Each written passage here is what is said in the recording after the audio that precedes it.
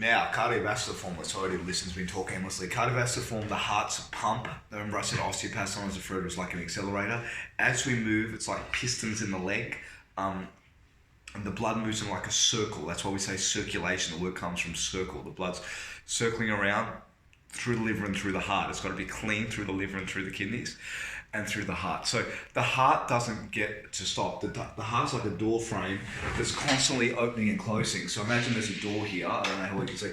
Like this is literally the pump, the heart all day. There's valves in the heart that are just doing this all day. Now what happens when you're stressed and you're moving? This is doing this now. You know what happens? It gets a bit wobbly on the frame sometime. And then it's going in and out, and then we get palpitations, or it's kind of getting a dysrhythm. The herbs in the cardiovascular formula feed the heart. They're like a tonic for the heart. We call them formulas, not mixes. I do this as a heart formula, or sometimes we'll say a heart tonic. But it's a heart formula, and the herbs are designed to strengthen it. They're like tonics for the heart that strengthen the heart. Give it, and remember, the heart doesn't get a break. There's something in the heart, I don't want to bore you with blood pressure, they call it systolic and diastolic. So the heart pumps and contracts, that's what we're measuring. And sometimes, it's contracted too hard, too much. Or sometimes even on the vein walls, it's like it's going through, and there's a lot of cholesterol there, it can't do it, and it can't really relax. So the blood pressure can be high or low. When people have low blood pressure, that's not enough pressure in the veins to pump it quickly.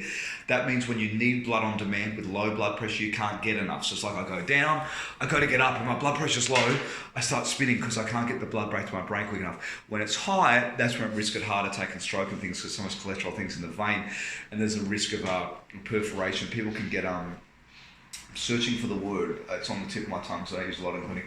But there's certain things when the blood can basically hemorrhage through. I'll never use this language to the client, but it can hemorrhage through the blood, and they can get various challenges on the tip of my tongue. It's a common medical word, but it's not something you use every day. So just remember, the heart's like a door. It keeps pumping, and it starts falling off its hinges as we get under stress. And we've also got something called the sympathetic and the parasympathetic nervous system. The parasympathetic, I'm very relaxed. The sympathetic nervous system, I'm stressed. When that sympathetic nervous system's kicked in, the heart starts doing this as well. And you imagine how much stress the heart gets under.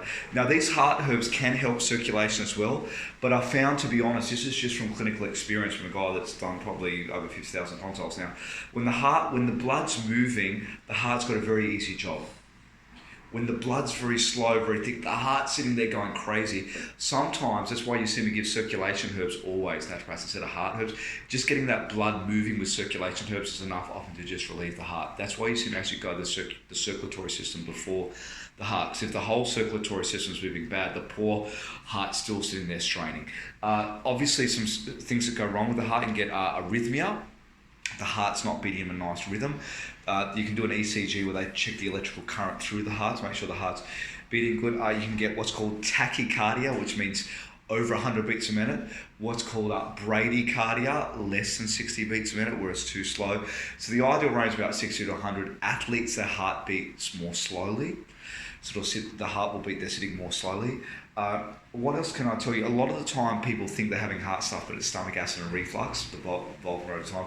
And also when the heart gets weak, it's really uncomfortable, it doesn't get a rest. And sometimes people look normal on a blood test, they might even look normal in the iris through iridology, and they're still getting a symptom. Anytime they've got a heart symptom, even though a lot of time it's gas and reflux, I'll give a little bit of heart herb, and you'll see me sometimes give the cardiovascular formula or hawthorn, which is the king of herbs to the heart, in a small dose. Hawthorn, you use the berry or the leaf.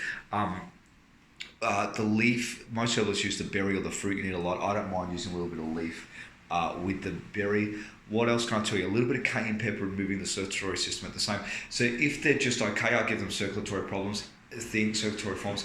If the heart's a bit bad, I'll give them a heart formula. And usually with the heart formula, you always want to give circulation herbs. So you'd be an amateur, just give heart. And that's how a lot of naturopaths do, by the way. They just give hawthorn. So you want to give circulation herbs and heart herbs. If there's a heart problem, if you're just looking in general, just give circulation herbs. Circulation herbs are still my preferred preference. The other thing is, that any heart problems, I advise less animal products. Dr. Dean Ornish, who operated on President Bill Clinton, made him go vegetarian. He doesn't do many surgeries anymore because the less cholesterol, the less thick the blood is. And there's no cholesterol in plant-based food, only in animal products. What else can I tell you? That's pretty much it. You want the blood vessel walls to be strong. You don't want blood leaking through. You want them to be moving. You'll sometimes see me use a herb called horse chestnut, which will move the venous or the dirty blood out of the feet. And remember, anything hot will move the blood, and that can also relieve the heart and protect the body. When there's no circulation there, things get injured. So you'll notice sometimes even when I grab people's feet and I'm doing different exercises with them, I will gently hold them until there's blood there, and then I'll start doing the postural alignment.